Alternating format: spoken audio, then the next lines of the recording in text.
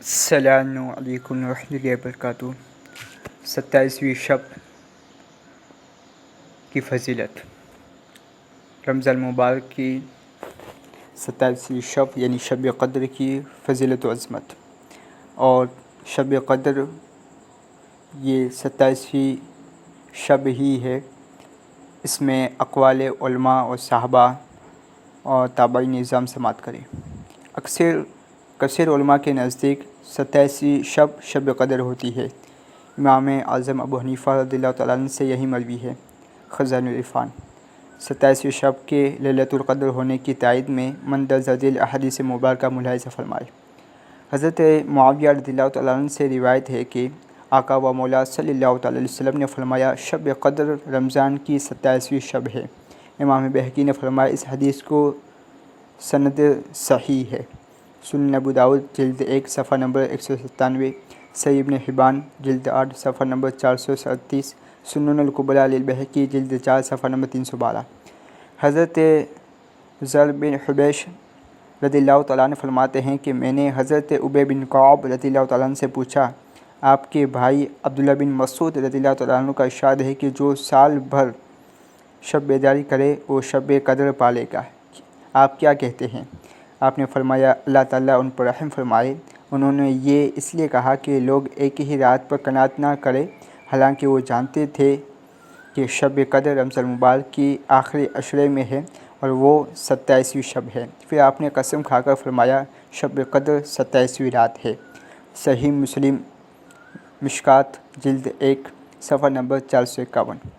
حضرت عبداللہ بن عباس رضی اللہ تعالیٰ عنہما فرماتے ہیں، ایک بار حضرت عمر رضی اللہ تعالیٰ عنہ نے صحابہ کرام علیہ رضوان سے شب قدر کے متعلق پوچھا تو سب نے مختلف جواب دیے۔ میں نے عرض کی، یہ آخری عشرے کی 7ویں رات یعنی 27ویں شب ہے، کیونکہ اللہ تعالیٰ کا پسندیدہ عدد 7 ہے۔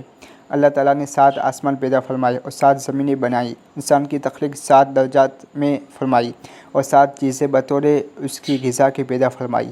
حضرت عمر رضی اللہ تعالیٰ نے فرمایا، میرا بھی یہی خیال ہے کہ 27ویں شب لیلۃ القدر ہے۔ شعب الایمان للبہقی جلد 3 صفحہ نمبر 330۔ دوسری روایت میں آپ سے یہ بھی منقول ہے کہ اللہ تعالیٰ نے 7 مثانی سورہ فاتحہ عطا فرمائی، جس کی 7 آیتیں ہیں، اور جن عورتوں نے نکاح حرام ہے وہ بھی 7 ہے۔ قرآن میں میراث میں 7 لوگوں کے حصے بیان فرمائے ہیں۔ صفا و مروہ کے چکر بھی 7 ہے اور طواف کے چکر بھی 7 ہیں۔ تفسیر المنصور حضرت عبداللہ بن عباس رضی اللہ تعالیٰ عنہما سے یہ بھی روایت ہے، لیلۃ القدر میں کل 9 حروف ہے اور یہ سورۃ القدر میں 3 مرتبہ آیا ہے۔ 9 کو 3 سے ضرب دے تو 27 آتا ہے۔ اس سے معلوم ہوتا ہے لیلۃ القدر 27ویں رات ہے۔ تفسیر کبیر حضرت عثمان بن ابی العاص رضی اللہ تعالیٰ عنہ کا ایک غلام بحری جہاز کا ملاح رہا تھا۔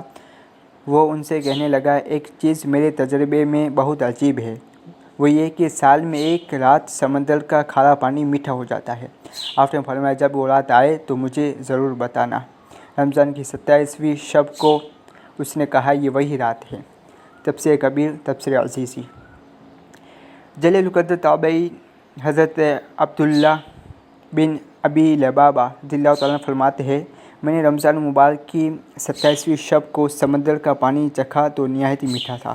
حضرت یحییٰ بن ابی میسرہ رضی اللہ تعالیٰ عنہ کہتے ہیں، میں نے 27ویں شب میں خانہ کعبہ کا طواف کیا تو میں نے دیکھا کہ فرشتے فضا میں بیت اللہ کا طواف کر رہے ہیں۔ شعب الایمان للبہقی جلد 3 صفحہ نمبر 332۔ غوث اعظم سیدنا عبد القادر جیلانی قدس سرہ بھی اس خیال کے قائل تھے 27ویں شب کو شب قدر ہوتی ہے۔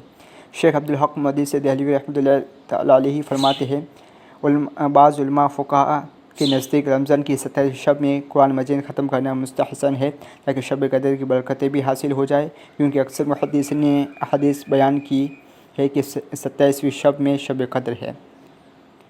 ما ثبت من السنہ صفحہ نمبر 215۔ ان تمام گفتگو کا خلاصہ یہ ہے کہ اول تو ہماری کوشش ہونی چاہیے کہ ہم ماہ رمضان کی تمام راتوں کے آخری حصے میں ذوق و شوق کے ساتھ اللہ تعالیٰ کی عبادت کریں اور خوب دعائیں مانگیں، کم از کم نماز تہجد پورا ماہ ضرور ادا کرے، پھر کوشش کر کے آخری عشرے کی تمام راتوں کو عبادت الہی میں گزارے اور شب قدر کو تلاش کرے، ورنہ کم از کم 27 شب کو ضرور تمام رات رضا الہی کے لیے عبادت دعا میں مصروف رہے۔ رب تعالی ہم سب کو شب قدر کی برکت نصیب فرمائے، آمین۔ السلام علیکم۔